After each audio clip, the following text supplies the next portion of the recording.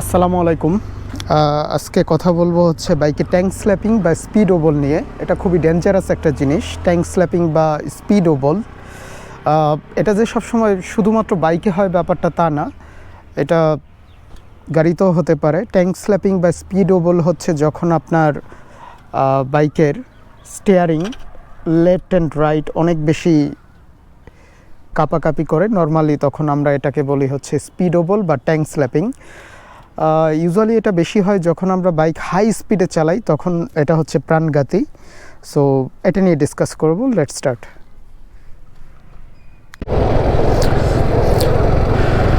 ওকে, tank স্ল্যাপিংটা কেন হয় চলেন এটা নিয়ে আলোচনা করি। ট্যাঙ্ক স্ল্যাপিং হওয়ার পিছনে একটা অন্যতম কারণ হচ্ছে সাসপেনশন অ্যাডজাস্টমেন্ট ঠিকঠাক না থাকা। আপনার সামনের বা পিছনের সাসপেনশন, স্পেশালি সামনের, যদি অ্যাডজাস্টমেন্টটা ঠিকঠাক না থাকে, ওই অবস্থায় আপনার ট্যাঙ্ক স্ল্যাপিং বা স্পিড ওবল হতে পারে। সো ইটস নেসেসারি দ্যাট আপনি বাইক অ্যাটলিস্ট প্রত্যেক 6000 কিলো পর একটা সার্ভিসিংয়ের মধ্যে দিয়ে নিয়ে যাবেন। ওইখানে এই জিনিসগুলো আপনি চেক আপ করাবেন যে সাসপেনশন অ্যাডজাস্টমেন্টটা ঠিকঠাক আছে কিনা। দেন আরেকটা কারণ হচ্ছে সামনের চাকার অ্যালাইনমেন্ট আর পিছনের চাকার অ্যালাইনমেন্ট ঠিকঠাক না থাকা। মানে সামনের চাকার পিছনের চাকার অ্যালাইনমেন্ট যদি কোনো কারণে একটু ইমব্যালেন্সড হয়, তাহলে কিন্তু আপনার ট্যাঙ্ক স্ল্যাপিং হওয়াটা সময়ের ব্যাপার মাত্র।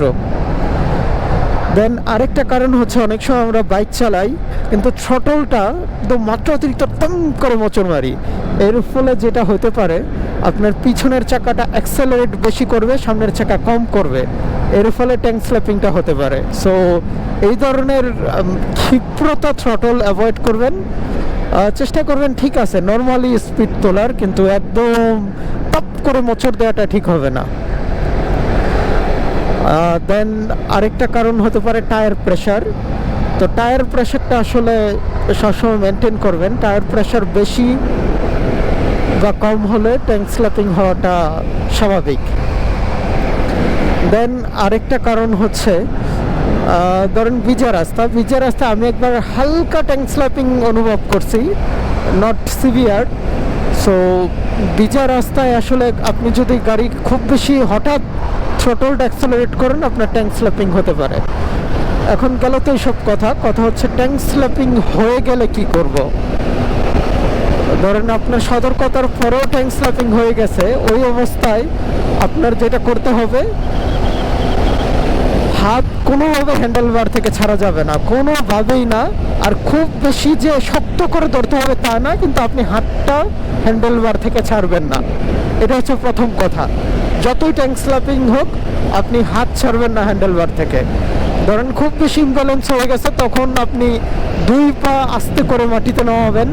এর ফলে যেটা হবে, বাইক যদি কাত হয়েও যায় বা একদিকে কাত হয়, আপনার পায়ের ফলে, পা ল্যান্ডিংয়ের ফলে সে আবার ব্যালেন্স ফিরে পাবে।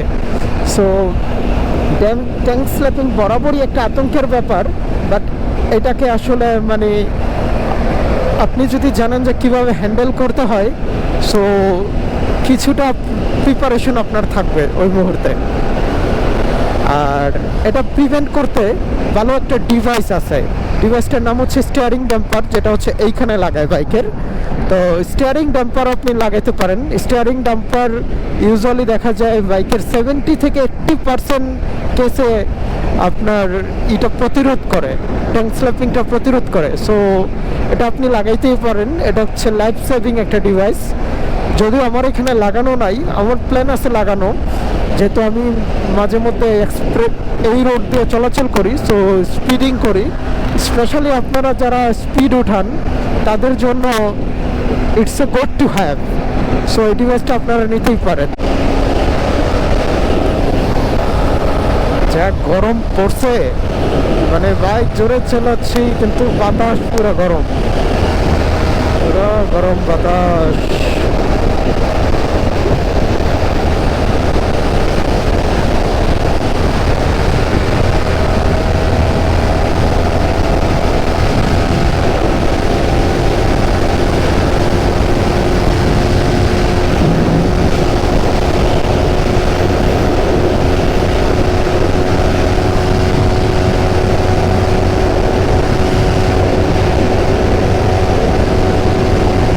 এমনি যে গরম, ইঞ্জিন পুরো আগুন গরম হয়ে যাবে, এমনি হাই আরপিএমে টানছি। সো গরমের মধ্যে আমাদের বাইক একটু মানে যদি কম টানি বাইকের জন্য ভালো। যা গরম পড়ছে ভাই, এখন যদি আমি গিয়ে বাইকটা অফ করি আমার 2-3 মিনিট খালি কুলারই চলবে। আমার বাইকটা আমার কখনো ট্যাঙ্ক স্ল্যাপিংয়ের মধ্যে ওইভাবে ফালায় নাই, মানে ট্যাঙ্ক স্ল্যাপিং বলা চলে না। একবার যেটা হয়েছিল জাস্ট একটু স্কিড করছিল, ওটা আসলে ট্যাঙ্ক স্ল্যাপিং না। তো আই লাভ দিস মেশিন। এটা দেখা গেছে এরকম জায়গা দিয়েও আমি বেরোয় গেছি আমার এই বিচুটা নিয়ে, যেখানে একেবারে ক্লোজ কল ছিল।